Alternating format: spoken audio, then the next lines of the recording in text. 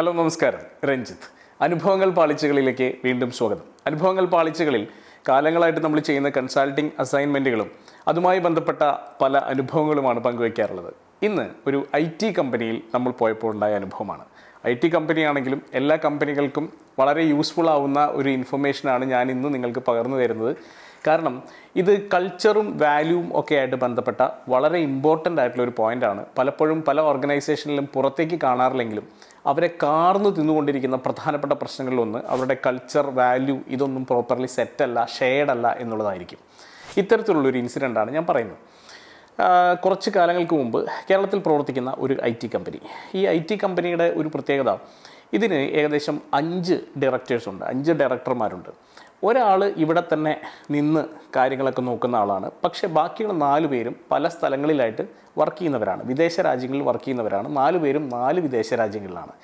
ഈ IT കമ്പനികൾക്ക് ഒരു പ്രത്യേകത ഉണ്ടാവും. സാധാരണ കേരളത്തിലൊക്കെ ഉള്ള ഒരു ശരാശരി IT കമ്പനിയുടെ ഒരു സെറ്റപ്പ് എന്താണെന്ന് വെച്ച് കഴിഞ്ഞാൽ, ഇവർ പല രാജ്യങ്ങളിൽ നിന്ന് ഇതുപോലെ ഡയറക്ടേഴ്സിനെ, ഇൻവെസ്റ്റേഴ്സിനെയൊക്കെ കൂട്ടി ആണ് ഈ കമ്പനി ഫോമുലേറ്റ് ചെയ്യുന്നത്. കാരണം പല രാജ്യങ്ങളിൽ ഇവരുടെ പ്രൊഡക്റ്റുകൾ മാർക്കറ്റ് ചെയ്യുന്നതിനും ഇവർക്കൊരു പോയിന്റ് ഉണ്ടാവുന്നതിനും കോൺടാക്ട് പോയിന്റ് ഉണ്ടാവുന്നതിനൊക്കെ വേണ്ടിയാണ് ഇത് ചെയ്യുന്നത്. അപ്പോൾ അതുകൊണ്ട് തന്നെ എല്ലാവരും സുഹൃത്തുക്കളായിരിക്കണമെന്ന് നിർബന്ധമൊന്നുമില്ല. പലതരത്തിൽ ഇവർ പരിചയപ്പെട്ട ആളുകളൊക്കെ ആയിരിക്കും. അപ്പോൾ ചുരുക്കി പറഞ്ഞാൽ ഈ 5 പേരിൽ 2 പേര് മാത്രമാണ് സുഹൃത്തുക്കൾ, പണ്ട് മുതലേ സുഹൃത്തുക്കളായിരുന്ന ക്ലാസ്മേറ്റ്സ് ആയിരുന്ന ആളുകളുണ്ടായിരുന്നത്. ബാക്കിയുള്ളത് എല്ലാം ഇവർ പല സ്ഥലങ്ങളിലെ മീറ്റിങ്ങിലായിട്ടും ക്ലയൻറ്റിൻ്റെ അവിടെയൊക്കെ ആയിട്ടും ഒക്കെ പരിചയപ്പെട്ട ആളുകളാണ്. അങ്ങനെ ഇവർ ഓൺബോർഡായിട്ട് ഏകദേശം ഒരു 3-4 വർഷങ്ങൾ കഴിഞ്ഞിട്ടുണ്ട്. 3-4 വർഷങ്ങളായിട്ട് 5 പാർട്ട്നേഴ്സുമായിട്ട് അല്ലെങ്കിൽ 5 ഡയറക്ടേഴ്സുമായിട്ട് ഈ കമ്പനി വർക്ക് ചെയ്തുകൊണ്ടിരിക്കുന്നു. പക്ഷേ ഇവിടെ കാര്യങ്ങളെല്ലാം നോക്കുന്നത് സൂരജ് എന്ന് പറയുന്ന ഇവിടുത്തെ ഒരു ഡയറക്ടറാണ്. അദ്ദേഹം ബിടെക് കഴിഞ്ഞ ഒരാളാണ്. ബിടെക് കമ്പ്യൂട്ടർ സയൻസ് ഒക്കെ കഴിഞ്ഞാണ്. കേരളത്തിൽ തന്നെ നിൽക്കണമെന്നുള്ള ആഗ്രഹം കാരണം ഇവിടുത്തെ കാര്യങ്ങളൊക്കെ അദ്ദേഹം നോക്കി നടത്താമെന്ന് പറഞ്ഞു. അദ്ദേഹത്തിൻ്റെ ഒരു ഫ്രണ്ടുണ്ട്, വിനോദ് ആക്ച്വലി ഒരു വിദേശ രാജ്യത്താണ്. ഇവർ 2 പേരുമാണ് ഏറ്റവും തിക്കായിട്ടുള്ള ഫ്രണ്ട്സ്. ഇവർ പഠിച്ചു വന്നത് ഒരു കോളേജിൽ നിന്നാണ്. ഇവർക്കൊരു ഏകദേശം സിമിലർ ആയിട്ടുള്ള സ്വഭാവവും രീതികളൊക്കെയാണുള്ളത്. അതേസമയം UK ഇവരുടെ ഒരു പാർട്ട്ണറുണ്ട്, US ഇവർക്കൊരു പാർട്ട്ണറുണ്ട്, പിന്നെ ഓസ്ട്രേലിയയിൽ ഒരു പാർട്ട്ണറുണ്ട്. ഈ പാർട്ട്നേഴ്സ് എല്ലാം തന്നെ ഡിഫറൻ്റ് ആയിട്ടുള്ള ഏരിയയിൽ നിന്നും ഡിഫറൻ്റ് ആയിട്ടുള്ള ബാക്ക്ഗ്രൗണ്ടിൽ നിന്നും ഒക്കെ വരുന്ന ആളുകളാണ്. അവർക്ക് അവരുടേതായിട്ടുള്ള ആവശ്യങ്ങളും ഇഷ്ടങ്ങളും ഒക്കെയുണ്ട്. അപ്പോൾ സൂരജ് ആക്ച്വലി ഇതിനെ ഒരു പ്രത്യേക രീതിയിൽ കൊണ്ടുപോയിക്കൊണ്ടിരിക്കുകയാണ്. അപ്പോൾ ഇവിടുത്തെ ഒരു രീതി അറിയാലോ, കേരളത്തിലെ രീതി. സൂരജിന് വേറെ വലിയ എക്സ്പോഷറൊന്നുമില്ല.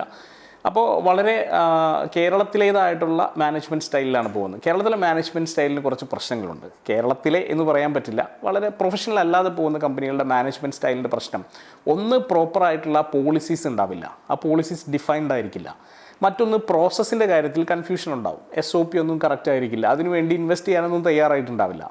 മാത്രമല്ല, കിട്ടുന്ന അവസരങ്ങളിൽ കിട്ടുന്ന ആളുകളെ വെച്ച് ഒരു ടീം ബിൽഡ് ചെയ്തിട്ടുണ്ടാവും. ആ ടീമിന് കൃത്യമായിട്ടുള്ളൊരു സ്ട്രക്ചറോ കൃത്യമായിട്ടുള്ള KPIs ഒന്നും ഉണ്ടാവണമെന്ന് നിർബന്ധമില്ല.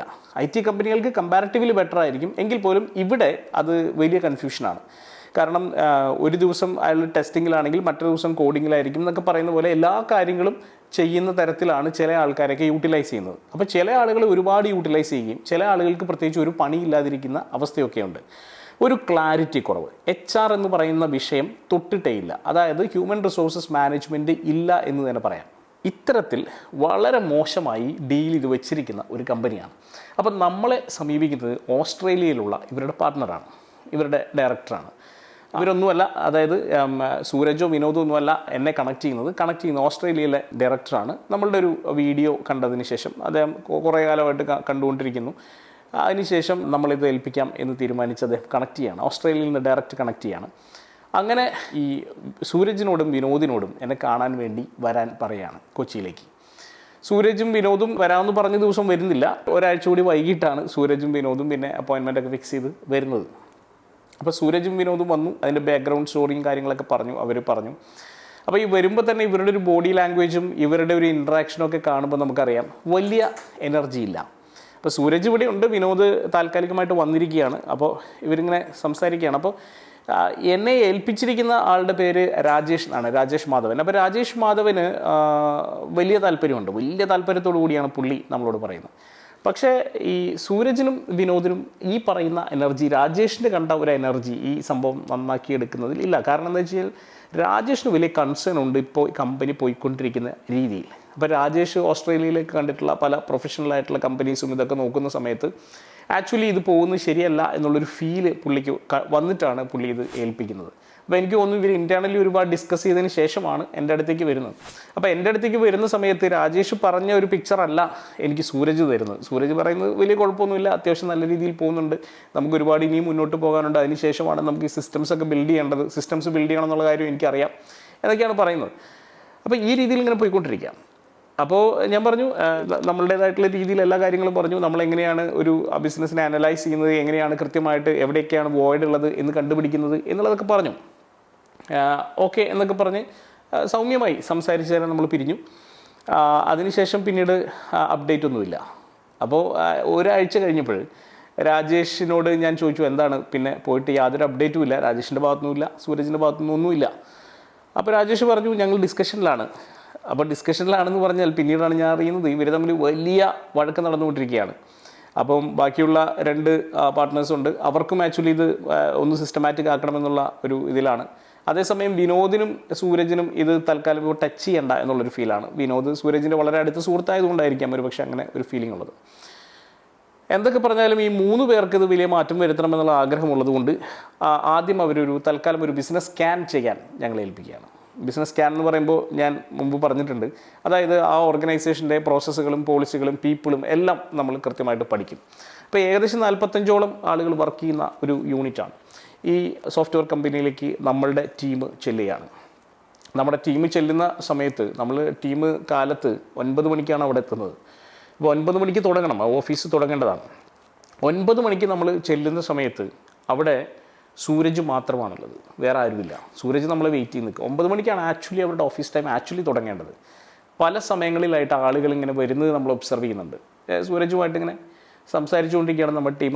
പല സമയങ്ങളിലായിട്ട് ഏകദേശം ഒരു 10:30 വരെയോളം ആളുകൾ വന്നുകൊണ്ടേയിരിക്കുന്നു, പല ആളുകളായിട്ട്. അങ്ങനെ 10:30 കഴിഞ്ഞപ്പോഴാണ് ഈ 45 പേര് എത്തുന്നത്. ചുരുക്കി പറഞ്ഞാൽ അവിടുത്തെ അറൈവിങ് ടൈം എന്ന് പറയുന്നത് 9 മുതൽ 10:30 വരെ എന്നുള്ള രീതിയിലേക്ക് ആൾക്കാരങ്ങ് എടുത്തിരിക്കുക. അവിടെ രസകരമായ കാര്യം എന്താ വെച്ച് കഴിഞ്ഞാൽ ഈ IT കമ്പനി ആയതുകൊണ്ട് തന്നെ ടെക്നോളജിയുടെ കാര്യത്തിലൊക്കെ അവർ ഒരു ബേസിക് സംഭവമൊക്കെ ഉണ്ട്, ബയോമെട്രിക്സും സംഭവങ്ങളൊക്കെ അവിടെ വെച്ചിട്ടുണ്ട്. ഇന്നത്തെ കാലത്ത് HRMS സോഫ്റ്റ്വെയറിലൊക്കെ നമുക്ക് ഫെൻസിങ് ഒക്കെ വെച്ചിട്ട് എവിടെ നിന്ന് വേണമെങ്കിൽ പഞ്ച് ചെയ്യാനുള്ള സംവിധാനങ്ങളൊക്കെ ഉണ്ട്. അതില്ല, പക്ഷെ ബയോമെട്രിക്സ് ഉണ്ട്. അപ്പോൾ ഈ ബയോമെട്രിക്സ് ഉണ്ടെങ്കിലും ബയോമെട്രിക്സ് ഉപയോഗിക്കപ്പെടുന്നില്ല. അവിടെ തൊട്ടാണ് നമുക്ക് മനസ്സിലായത് കാര്യങ്ങൾ, അവിടെ നിന്നേ നമുക്ക് കൃത്യമായി കാര്യങ്ങൾ. അപ്പോൾ ഞാൻ ഒരുപാട് ഡീറ്റെയിലിങ്ങിലേക്ക് പോകുന്നില്ല. ഇവിടുത്തെ പ്രശ്നം എന്താണെന്ന് വെച്ചാൽ ബേസിക്കലി അവിടെ ഒരു വാല്യൂ സിസ്റ്റമോ ഒരു കൾച്ചറോ ഒന്നും തന്നെ കൃത്യമായി ബിൽഡ് ചെയ്യപ്പെട്ടിട്ടില്ല. എന്ന് പറഞ്ഞാൽ നിങ്ങളൊരു കമ്പനിയോ ഒരു ബിസിനസ്സോ സ്റ്റാർട്ട് ചെയ്യുന്ന സമയത്ത് നിങ്ങൾക്ക് കൃത്യമായി ധാരണയുണ്ടാകണം എന്തിനു വേണ്ടിയാണ് നിങ്ങൾ ഈ ബിസിനസ് ചെയ്യുന്നത്, എന്തിനു വേണ്ടിയാണെന്നുള്ളത് ഞാൻ കുറച്ചുകൂടി ഡീറ്റെയിൽഡ് ആക്കാം. ഇപ്പോൾ നിങ്ങളൊരു ഷോപ്പ് നടത്തുകയാണെന്ന് വിചാരിച്ചോളൂ, വളരെ സിമ്പിളായിട്ടുള്ളൊരു ഷോപ്പ് നടത്തുമ്പോൾ എന്തിനു വേണ്ടിയാണെന്ന് ചോദിക്കുമ്പോൾ നിങ്ങൾ പെട്ടെന്ന് പറയാൻ സാധ്യതയുള്ളത് എനിക്ക് ജീവിക്കാൻ വേണ്ടിയാണ്, അല്ലെങ്കിൽ എനിക്ക് പ്രോഫിറ്റ് ഉണ്ടാക്കാൻ വേണ്ടിയാണ്, എനിക്ക് പൈസ ഉണ്ടാക്കാൻ വേണ്ടിയാണ്. അത് സംശയമൊന്നുമില്ല. ഒരു ബിസിനസ് ചെയ്യുന്നത് തീർച്ചയായിട്ടും അവിടെ പ്രോഫിറ്റബിലിറ്റി എന്ന് പറയുന്നത് ബോട്ടം ലൈനാണ്. ഉറപ്പായിട്ട് നിങ്ങൾ പ്രോഫിറ്റ് ഉണ്ടാക്കിയേ പറ്റൂ. പക്ഷേ അതിലുപരിയായിട്ട് നിങ്ങൾക്ക് ഒരു സോഷ്യൽ വിഷൻ ഉണ്ടാകണമല്ലോ. ഇത് വിൽക്കുന്നതിലൂടെ നിങ്ങളുടെ കസ്റ്റമേഴ്സിന് നിങ്ങൾ എന്ത് കൊടുക്കുന്നു, ഒരു വാല്യൂ കൊടുക്കുന്നുണ്ടാവും. ചിലപ്പോൾ കോൺഫിഡൻസ് ആയിരിക്കും, ചിലപ്പോൾ ഒരു സ്റ്റാറ്റസ് ആയിരിക്കും, ചിലപ്പോൾ ഹാപ്പിനെസ് ആയിരിക്കും, ഒരു സാറ്റിസ്ഫാക്ഷൻ ആയിരിക്കും. അത് നിങ്ങളുടെ വാല്യൂവിൻ്റെ ഭാഗമാണ്. അങ്ങനെ ഒരു കാര്യം നിങ്ങളുടെ മനസ്സിൽ ഇതേവരെ വന്നിട്ടില്ലെങ്കിൽ ആക്ച്വലി നിങ്ങളുടെ വാല്യൂസ് നിങ്ങൾക്ക് പോലും അറിയില്ല എന്നുള്ളതാണ് സത്യം. അപ്പോൾ അതുകൊണ്ട് ഉറപ്പിക്കുക, നിങ്ങളൊരു ബിസിനസ് റൺ ചെയ്യുന്നുണ്ടെങ്കിൽ ആദ്യം ആലോചിക്കുക പൈസ ഉണ്ടാക്കുക എന്നുള്ളതിൽ നിന്ന് ഉപരിയായി നിങ്ങൾക്ക് എന്ത് വാല്യൂ സിസ്റ്റമാണുള്ളത്. ആളുകളോട് കമ്മിറ്റ്മെൻ്റ് ഉണ്ടോ? ആളുകളുടെ ഒരു ആവശ്യത്തിന് നിങ്ങളൊരു സൊല്യൂഷൻ കൊടുക്കും, നിങ്ങളൊരു സൊല്യൂഷൻ പ്രൊവൈഡറാണോ? നിങ്ങൾ ഇന്നവേറ്റീവായിട്ടുള്ള കോൺസെപ്റ്റുകളാണോ കൊടുക്കുന്നത്? അപ്പോൾ എന്താണ് ആക്ച്വലി നിങ്ങൾ പ്രൊവൈഡ് ചെയ്യുന്ന വാല്യൂ, അല്ലെങ്കിൽ എന്താണ് നിങ്ങളുടെ വാല്യൂ സിസ്റ്റം? അപ്പോൾ വാല്യൂ സിസ്റ്റത്തിന് ഉദാഹരണമായിട്ട് വേണമെങ്കിൽ കമ്മിറ്റ്മെൻ്റ് എന്ന് പറയാം. ഫോർ എക്സാമ്പിൾ, നിങ്ങളൊരു വാക്ക് പറഞ്ഞാൽ എന്ത് പ്രശ്നങ്ങൾ സഹിച്ചിട്ടാണെങ്കിലും ആ വാക്ക് നിങ്ങൾ പാലിക്കുന്ന വ്യക്തിയാണെങ്കിൽ കമ്മിറ്റ്മെൻറ്റ് നിങ്ങളുടെ വാല്യൂ ആണ്. അതേസമയം നിങ്ങളൊരു വാക്ക് പറഞ്ഞു, അത് പഴയ ആൾക്കാർ പറയുന്ന പോലെ പഴയ ചാക്കും നിങ്ങളുടെ വാക്കും ഒരുപോലെയാണ് എന്ന് പറയുന്ന പോലെ എപ്പോൾ വേണമെങ്കിൽ നിങ്ങൾ മാറ്റി പറയാവുന്ന സംവിധാനമാണെങ്കിൽ കമ്മിറ്റ്മെൻറ്റ് നിങ്ങളുടെ വാല്യൂ അല്ല എന്നുള്ളതാണ് സത്യം. അപ്പോൾ കമ്മിറ്റ്മെൻറ്റ് തന്നെ വാല്യൂ ആവണമെന്ന് ഒരു നിർബന്ധമില്ല കേട്ടോ. അതേസമയം കസ്റ്റമർ സാറ്റിസ്ഫാക്ഷൻ നിങ്ങളുടെ ഒരു വാല്യൂ ആവാം. ഒരു പക്ഷേ എന്ത് വില കൊടുത്തും ഒരു കസ്റ്റമറെ സാറ്റിസ്ഫൈ ചെയ്യിപ്പിക്കും. ചിലപ്പോൾ നമ്മളൊരു സർവീസ് കൊടുത്തു, അത് സാറ്റിസ്ഫൈഡ് ആയില്ല, നമ്മൾ വീണ്ടും ഏതറ്റത്തേക്ക് പോയിട്ടാണെങ്കിലും സാറ്റിസ്ഫാക്ഷനിലേക്ക് കൊണ്ടുപോകുന്നു എന്നുള്ളതാക്കുക. അത് ഒരു വാല്യൂ സിസ്റ്റം ആക്കിയിട്ട് മാറ്റാം. അപ്പം ആണോ എന്നുള്ളത് നമ്മൾ ഡിഫൈൻ ചെയ്യണം, എന്നാലും നമ്മുടെ കൂടെയുള്ള ആളുകൾക്ക് അത് മനസ്സിലാവുകയുള്ളൂ. അല്ലെങ്കിൽ പ്രശ്നം എന്താണ്, ആളുകൾ പലതരത്തിലായിരിക്കും, പല വാല്യൂ സിസ്റ്റം ഉള്ള ആളുകളായിരിക്കും. ഇപ്പോൾ 45 പേരടങ്ങുന്ന ഒരു കമ്പനി എന്ന് പറയുന്നത് 45 ഡിഫറെൻറ്റ് വാല്യൂ സിസ്റ്റമുള്ള ഇൻഡിവിജ്വൽസിൻ്റെ ഒരു കൂട്ടായ്മയാണ്. അപ്പോൾ അങ്ങനെ ഒരു ഭയങ്കര ഡിഫറൻഷ്യേറ്റഡ്, ഭയങ്കര സ്പ്രെഡ് ചെയ്തിട്ടുള്ള ഒരു വാല്യൂ സിസ്റ്റവുമായിട്ട് ഒരു കമ്പനിക്ക് നിലനിൽക്കാൻ സാധിക്കില്ല. അപ്പോൾ കമ്പനിക്ക് കമ്പനിയുടേതായിട്ടുള്ള ഒരു വാല്യൂ സിസ്റ്റം ഉണ്ടാവണം. അപ്പം നിങ്ങൾ ആ വാല്യൂ സിസ്റ്റം ഡിഫൈൻ ചെയ്യുക, എന്താണ് exactly what values that you strongly believe എന്നുള്ളത്. അപ്പം ഈ ഒരു കമ്പനിയിലേക്ക് നമ്മൾ നോക്കിയപ്പോൾ നമ്മൾ ഒരു വർക്ക്ഷോപ്പ് പോലെ തന്നെ ചെയ്തു. വിഷൻ, മിഷൻ, വാല്യൂസൊക്കെ നമ്മളൊരു വർക്ക്ഷോപ്പായിട്ട് ചെയ്യുന്നതാണ്. അങ്ങനെ അതിലേക്കൊക്കെ വന്നപ്പോൾ അവർക്ക് ഒരു കൺവിൻസിങ് ആയിട്ടുള്ളൊരു മോഡിലേക്ക് എത്തി. യെസ്, അങ്ങനെ ഒരു സംഭവമൊന്നും നമ്മൾ ഇതുവരെ ഉണ്ടാക്കിയിട്ടില്ല. നമ്മൾ ഇവരെ ബാക്കി 3 പേരുമായിട്ട് സൂമിലിരുന്നു, 2 പേരുമായിട്ട് നേരിട്ടിരുന്നു. അങ്ങനെ ഇരുന്ന് ഒരു കാര്യം മനസ്സിലാക്കി, ഒരു 3 വാല്യൂ സിസ്റ്റത്തിലേക്ക് നമ്മൾ അതിനെ ഷോർട്ട് ലിസ്റ്റ് ചെയ്തു. The first one was innovation. Innovation ഒരു വാല്യൂ സിസ്റ്റമാണ്. കാരണം പുതിയ പുതിയ പ്രൊഡക്റ്റുകൾ ഉണ്ടാക്കുക, ഇന്നോവേറ്റീവ് സൊല്യൂഷൻസ് ഉണ്ടാക്കുക എന്നുള്ളത് ഇവരുടെ വളരെ പ്രധാനപ്പെട്ട USP ആണ്. ഇത് വെച്ചിട്ടാണ് ഇവർ സെയിൽസ് ചെയ്തുകൊണ്ടിരിക്കുന്നത്. അത്യാവശ്യം സെയിൽസ് ഒക്കെ ഉണ്ട്, നല്ല രീതിയിൽ പോകുന്നൊരു കമ്പനിയാണ്. അപ്പോൾ ഇന്നോവേഷൻ എല്ലാവർക്കും ഉണ്ടാവണം. പുതിയ എന്തെങ്കിലും കണ്ടുപിടിക്കുക, പുതിയ കാര്യങ്ങൾ പഠിക്കുക, പുതിയ കാര്യങ്ങൾ ഡെവലപ്പ് ചെയ്യുക, അത് ഇന്നോവേഷനാണ്. രണ്ടാമത്തത് കസ്റ്റമറിൻ്റെ സാറ്റിസ്ഫാക്ഷനാണ്. ഞാൻ നേരത്തെ പറഞ്ഞ പോയിന്റ്, അതായത് എല്ലാ ആളുകൾക്കും, ഡീൽ ചെയ്യുന്ന എല്ലാ ആളുകൾക്കും സാറ്റിസ്ഫൈഡ് ആയിട്ടുള്ള ഒരു ഔട്ട്പുട്ട് കൊടുക്കുക എന്നുള്ളത് വളരെ പ്രധാനമാണ്. മൂന്നാമത്തെ എന്ന് പറയുന്നത് ഇൻറ്റേർണൽ ഹാപ്പിനെസ് ആണ്. ഇൻറ്റേർണലി എല്ലാ ആളുകളും ഹാപ്പി ആവുക എന്ന് പറയുന്ന ഒരു കോൺസെപ്റ്റ്. അവിടെ വരുന്ന ആളുകൾ ഹാപ്പി ആയിരിക്കണം, എന്നാലേ നല്ല പ്രൊഡക്ടിവിറ്റി ഉണ്ടാവുള്ളൂ, വർക്ക് ചെയ്യാൻ പറ്റുള്ളൂ എന്നുള്ള രീതിയിൽ. ഈ 3 വാല്യൂസിലേക്ക് ഇനിയും ഒരുപാട് വാല്യൂസ് ഉണ്ട്, കൺഫ്യൂസ്ഡ് ഒക്കെ ആയിട്ട് നിൽക്കുന്ന ഒരുപാട് സാധനങ്ങളുണ്ട്. എങ്കിൽ പോലും ഈ 3 എണ്ണത്തിലേക്ക് അവർ ഷോർട്ട് ലിസ്റ്റ് ചെയ്തിട്ട് ഇത് നമ്മുടെ ഒരു വളരെ സ്ട്രോങ് ആയിട്ടുള്ള വാല്യൂ സിസ്റ്റംസ് ആണ്, വാല്യൂസ് ആണ് എന്ന് പറഞ്ഞു. അപ്പോൾ ഈ വാല്യൂസ് നമ്മൾ ഉണ്ടാക്കി കഴിഞ്ഞാൽ ഇത് നല്ല ഭംഗിയായിട്ട് എഴുതി ഇവിടെ പ്രദർശിപ്പിക്കുക എന്നുള്ളതിലല്ല കാര്യം. വാല്യൂസ് നമുക്ക് ഓർഗനൈസേഷനിൽ ഇംപ്ലിമെൻറ്റ് ചെയ്യാൻ പറ്റണം. എങ്ങനെയാണ് നമ്മൾ ഈ വാല്യൂസ് ഇംപ്ലിമെൻറ്റ് ചെയ്തത് എന്നുള്ളത് മാത്രമാണ് ഞാൻ ഈ വീഡിയോയിൽ പറയുന്നത്. കാരണം നമ്മളവിടെ പിന്നെ ഒരുപാട് ആക്ടിവിറ്റീസ് ചെയ്തു, അതിൻ്റെ ഒരു ഭാഗമാണ് ഈ വാല്യൂസിൻ്റെ ഇംപ്ലിമെൻറ്റേഷൻ. അപ്പോൾ എങ്ങനെയാണ് ഈ വാല്യൂസ്, ഈ 3 വാല്യൂസ് എങ്ങനെയാണ് ഇംപ്ലിമെൻറ്റ് ചെയ്തത്? വാല്യൂസ് ഇംപ്ലിമെൻറ്റ് ചെയ്യാനുള്ള ആദ്യത്തെ സ്റ്റെപ്പ് ഈ ഏതൊക്കെയാണ് വാല്യൂസ് എന്നുള്ള കാര്യം എല്ലാവരുടെ മനസ്സിലേക്കും കൃത്യമായി പകർന്നു കൊടുക്കുക എന്നുള്ളതാണ്. അപ്പോൾ എല്ലാ ദിവസവും റിപ്പീറ്റ് ചെയ്യണം.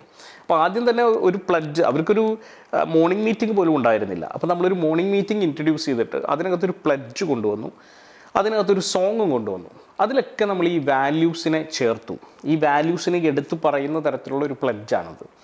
ആ പ്ലഡ്ജ് എല്ലാ ദിവസവും പറയുന്നതിലൂടെ ഇതിനോട് താല്പര്യമില്ലാത്ത ആളുകൾ പോലും ഇത് പറയാണല്ലോ. പ്ലഡ്ജ് ഇങ്ങനെ പറഞ്ഞുകൊണ്ടിരിക്കുക. നമ്മൾ പണ്ട് കാലത്ത് സ്കൂളിൽ പഠിക്കുന്ന സമയത്ത് ഭാരതം എൻ്റെ നാടാണ് എന്നൊക്കെ പറയുന്ന ഒരു പ്ലഡ്ജൊക്കെ നമ്മൾ പറയാറുണ്ടല്ലോ, അല്ലേ? എല്ലാ ഇന്ത്യക്കാരും സഹോദരി സഹോദരന്മാരാണെന്നൊക്കെ പറയുന്ന ഒരു സാധനമുണ്ട്. അത് സത്യം പറഞ്ഞാൽ കുറേ ആളുകൾക്കെങ്കിലും മനസ്സിലേക്ക് അത് തട്ടിയിട്ടുണ്ടാവും. ഇന്ത്യൻ്റെ നാടാണെന്നുള്ളൊരു ഫീൽ ഉണ്ടാക്കാൻ, നമുക്കൊരു പാട്രിയോട്ടിസം ഉണ്ടാക്കാൻ ആ പ്ലഡ്ജ് നമ്മളെ സഹായിക്കുന്നുണ്ട്. അപ്പോൾ അത്തരത്തിലുള്ളൊരു പ്ലഡ്ജ് നമ്മൾ ഡിസൈൻ ചെയ്തിട്ട് എല്ലാ ആളുകളുടെയും മനസ്സിലേക്ക് അത് ഇൻഡ്യൂസ് ചെയ്യാൻ ശ്രമിച്ചു. മാത്രമല്ല ഒന്ന് ഓർഗനൈസ്ഡായി മോർണിംഗ് മീറ്റിംഗ് ഒക്കെ വരുമ്പോൾ. അപ്പോൾ ആദ്യത്തെ സംഭവം അതാണ്, ഇതെല്ലാവരിലേക്കും എത്തിക്കണം. രണ്ടാമത്തേത്, ഈ വാല്യൂസ് വെറുതെ അറിഞ്ഞിരുന്നാൽ മാത്രം പോരാ, അത് ജീവിതത്തിൽ പകർത്താൻ കൂടി ശ്രമിക്കണം എന്നുള്ളതാണ്. അപ്പോൾ സെറ്റ് ബിഹേവിയറൽ എക്സ്പെക്റ്റേഷൻസ് എന്നുള്ളതാണ്. നിങ്ങളുടെ ബിഹേവിയറലായിട്ടുള്ള എക്സ്പെക്റ്റേഷൻസ് സെറ്റ് ചെയ്യണം. അപ്പോൾ അത് പോളിസിയുടെ ഭാഗമാക്കണം. അപ്പോൾ നമുക്ക് വേണമെങ്കിൽ പറയാം, അപ്പോൾ നമുക്കുള്ള ഒരു ഇൻട്രസ്റ്റിംഗ് ആയിട്ടുള്ള ഒരു സാധനം നമ്മൾ ഇവിടെ പ്രാക്ടീസ് ചെയ്യുന്നു. ഒപ്പം തന്നെ നമ്മുടെ പല ക്ലയൻസിൻ്റെ അടുത്തും ഈ ക്ലയൻറ്റിൻ്റെ അടുത്തും നമ്മൾ കൊടുത്തൊരു സംഭവം, ഹാപ്പിനെസ്, ഇൻറ്റേർണൽ ഹാപ്പിനെസ്സിന് വേണ്ടി ഒരു ദിവസം 5 പേരെ മിനിമം അപ്രീഷിയേറ്റ് ചെയ്യണം എന്നുള്ള ടാർഗറ്റ് വെച്ചു. 5 പേരെ മിനിമം അപ്രീഷിയേറ്റ് ചെയ്യുക. കാരണം നമുക്ക് അപ്രീഷിയേറ്റ് ഒന്നും പരിചയം ഉണ്ടാവില്ല. അപ്പോൾ അതുകൊണ്ട് ഈ പരിചയമില്ലാത്ത കാര്യങ്ങൾ ചില പോളിസീസും സിസ്റ്റംസും ഒക്കെ ആയിട്ടാണ് ഇംപ്ലിമെൻറ്റ് ചെയ്യാൻ പറ്റുള്ളൂ. അപ്പോൾ എല്ലാ ദിവസവും 5 പേരെ എന്തെങ്കിലും ഒരു കാര്യത്തിൽ, നല്ല കാര്യത്തിൽ അപ്രീഷിയേറ്റ് ചെയ്യാം. ചിലപ്പോൾ നല്ല ഷർട്ട് ഇട്ടു എന്നായിരിക്കാം, നന്നായി കോഡ് എഴുതിയിട്ടുണ്ട് എന്നായിരിക്കാം, അല്ലെങ്കിൽ ഇത് കൊള്ളാമല്ലോ, എന്തെങ്കിലും ചിലപ്പോൾ ഹെയർ സ്റ്റൈൽ കൊള്ളാമല്ലോ എന്നായിരിക്കാം. എന്തും ആയിക്കോട്ടെ, 5 പേരെയെങ്കിലും ഒന്ന് ഹാപ്പി ആക്കുക എന്നുള്ളതാണ് ഉദ്ദേശിക്കുന്നത്. അപ്പോൾ ഹാപ്പിനെസ്സിനെ നമ്മൾ, ഇൻറ്റേർണൽ ഹാപ്പിനെസ്സിനെ അവിടെ നമ്മൾ അഡ്രസ്സ് ചെയ്യാം. ഒപ്പം തന്നെ കസ്റ്റമേഴ്സിൻ്റെ നിന്ന് കണ്ടിന്യൂസ് ആയിട്ടുള്ള ഫീഡ്ബാക്കുകൾ എടുക്കുക. ഓരോ മൊഡ്യൂൾ കഴിയുമ്പോഴും ഫീഡ്ബാക്ക് എടുക്കുന്ന മെക്കാനിസം, അതിനെ നമ്മൾ ഒരു സോഫ്റ്റ്വെയർ വഴി ഡിജിറ്റൈസ് ചെയ്ത് കറക്റ്റായിട്ടുള്ളൊരു ഫീഡ്ബാക്ക് മെക്കാനിസം നമ്മളവിടെ ഇംപ്ലിമെൻറ്റ് ചെയ്തു. അപ്പോൾ അവിടെ കസ്റ്റമർ സാറ്റിസ്ഫാക്ഷൻ ഓരോ നിമിഷവും നമ്മൾ ഉറപ്പ് വരുത്താണ്. അതായത് 2 മാസം കഴിഞ്ഞോ 3 മാസം കഴിഞ്ഞോ മീറ്റിങ്ങിലിരിക്കുമ്പോൾ കസ്റ്റമേഴ്സ് ഡിസാറ്റിസ്ഫാക്ഷൻ കാണിക്കുന്നതിന് പകരമായി എല്ലാ ദിവസവും നമ്മളുടെ മൊഡ്യൂളുകൾ അപ്ഡേറ്റ് ചെയ്തിട്ട് കസ്റ്റമറിനെ അപ്ഡേറ്റ് ചെയ്ത് നിർത്തുമ്പോൾ അവിടെ ഡിസാറ്റിസ്ഫാക്ഷൻ എലമെൻറ്റ് കുറവായിരിക്കാൻ സാധ്യതയുണ്ട്. അപ്പോൾ അതും നമ്മൾ അഡ്രസ്സ് ചെയ്തു. മറ്റൊന്ന് ഇന്നൊവേഷനാണ്. അവിടെ ഇന്നൊവേഷൻ്റെ പാർട്ടായിട്ട് ഒരു ഇൻട്രസ്റ്റിംഗ് ആയിട്ടുള്ള ഗെയിം, മന്ത്ലി ഗെയിം വെച്ചു. ഇൻട്രസ്റ്റിംഗ് ആയിട്ടുള്ള ഇന്നൊവേഷൻസ് സബ്മിറ്റ് ചെയ്യാം, സോഫ്റ്റ്വെയർ റിലേറ്റഡ് ആയിട്ടുള്ളത്. അതിനകത്ത് ആക്ച്വലി 1, 2, 3 പ്രൈസുകൾ കൊടുക്കുന്ന ഒരു കോൺടെസ്റ്റും വെച്ചു. ഇങ്ങനെ വന്നപ്പോഴേക്കും ആളുകൾ ആക്റ്റീവായി തുടങ്ങി, ആളുകൾ എൻഗേജ് ചെയ്യാൻ തുടങ്ങി. എംപ്ലോയി എൻഗേജ്മെൻറ്റ് പ്രോഗ്രാമുകൾ വന്നു, മീറ്റിങ്ങുകളും റിവ്യൂകളും വന്നു. അങ്ങനെ വന്നപ്പോൾ തന്നെ അവിടെ ഒരു കൾച്ചർ പതിയെ രൂപാന്തരപ്പെട്ടു. ഞങ്ങൾ ഏകദേശം 1 വർഷത്തോളം ചെയ്തൊരു അസൈൻമെൻറ്റാണ്. ആ അസൈൻമെൻറ്റിൽ ഒരുപാട് റിപ്പോർട്ടിംഗ് സിസ്റ്റംസും സ്ട്രക്ചറും ഒക്കെ നമ്മൾ കൊണ്ടുവന്നു. ഒപ്പം തന്നെ നമ്മൾ ഓവർസീസ് സെയിൽസ് സ്ട്രീംലൈൻ ചെയ്തു.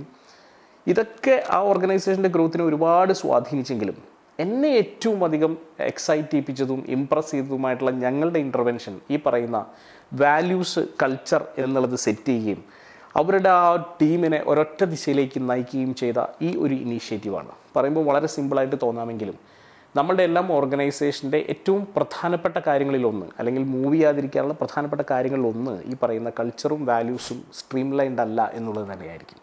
അപ്പോൾ അതുകൊണ്ട് തന്നെ എത്രയും പെട്ടെന്ന് തന്നെ, ഇത് വളരെ ഇൻടാഞ്ചിബിളാണ്, നിങ്ങൾക്ക് പെട്ടെന്ന് കണ്ടാൽ മനസ്സിലാവില്ല.